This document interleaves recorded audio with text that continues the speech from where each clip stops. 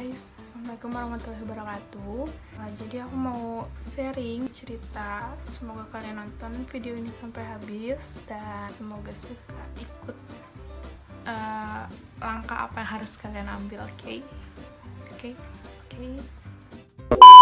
Di sini aku mau bahas tentang investasi. Apa itu investasi? Bagaimana investasi? Tapi jauh dari itu, aku bakal bahas dulu poin-poin dari awalnya. Dari basicnya, sering dengar itu familiarnya yang biasa orang kenal itu dengan kata saham. Oke.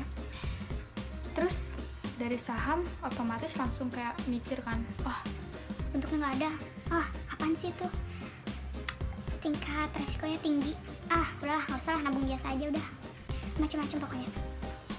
Terus ada juga yang nyamain nih, saham itu sama kayak Bitcoin, sama kayak Forex atau komoditas lainnya gitu kan. Aku mau bagi dua dulu ini.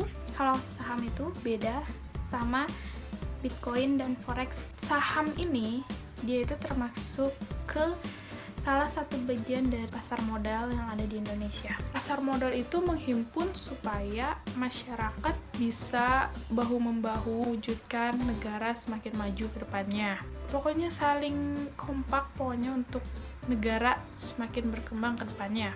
Sedangkan Bitcoin dan Forex lainnya itu yang aku tangkap banget, yang aku garis bawahi banget itu semakin tinggi harga dolar, dia semakin senang, dia semakin untung. Tapi kalau kita lihat ke negara kita lagi, kalau tinggi dolar otomatis rupiah melemah. Hasil gimana?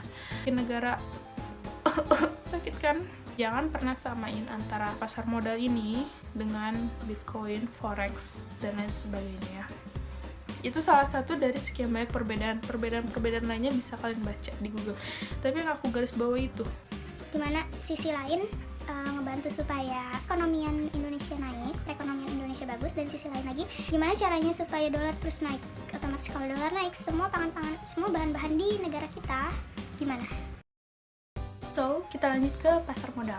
Pasar modal ini punya landasannya guys, jadi dia itu bentuknya ada, nggak yang kalian pikirkan gitu, kayak angan-angan doang. Landasannya itu Undang-Undang Pasar Modal Nomor 8 Tahun 1995. Kemudian, pasar modal ini diawasi oleh OJK selaku pengawasnya, Bursa Efek Indonesia selaku mallnya, ada KPUI sebagai penjamin pemindahan hak dan kewajiban, KSEI, di mana dia adalah gudang barang-barang tersebut disimpan gitu. Bursa Efek Indonesia itu mallnya, Mall, duta mall.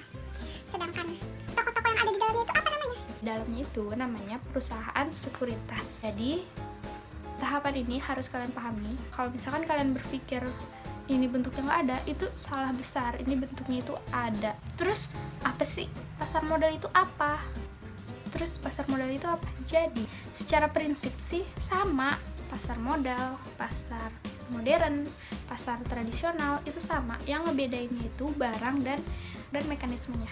Jadi kalau pasar tradisional, pasar modern itu kalau mau beli ya datang, Pak beli ikan satu, Barangnya ikan, udah pulang selesai gitu kan. Kalau pasar modal ini bentuknya adalah investasi. Jadi kita harus pahami bedanya pasar modal dengan pasar modern atau pasar tradisional yang sering kita wujudnya itu gimana sih? Dari bangun tidur sampai tidur lagi, kita itu kan nggak bakal lepas dari benda, barang, atau jasa pesan yang ada di Indonesia kan. Contohnya misalkan di sikat gigi, kita menggunakan odol. Terus lanjut lagi, misalkan kita pergi ke kantor, pergi kuliah, naik ojek online, menggunakan jasanya, dari kehidupan kita pasti nggak akan terlepas dari semua itu. Kalau itu semua adalah bentuk dari pasar modern ya kan, odol, sikat gigi, beras, minyak, semua. Sedangkan pasar modal, bentuknya itu yang harus kalian pahami itu ada dua. Yang pertama, berhutang ke masyarakat secara langsung atau yang sering awam kita dengar itu dengan obligasi. Kedua, itu membagi kepemilikan perusahaan kepada masyarakat luas secara langsung atau yang sering kita kenal dengan saham. Sebenarnya produk-produk ini banyak, nggak cuma dua, obligasi, saham, nggak cuma itu.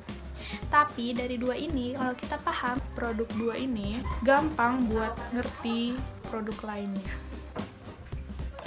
Nah, sampai sini kita udah banyak belajar kan?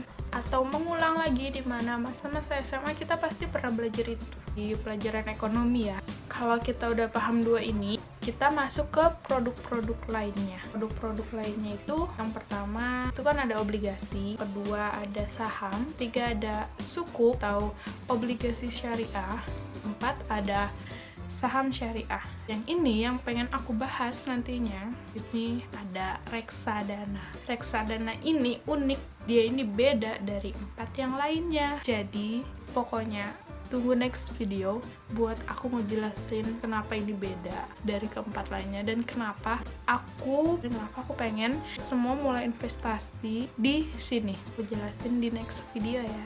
Bye bye.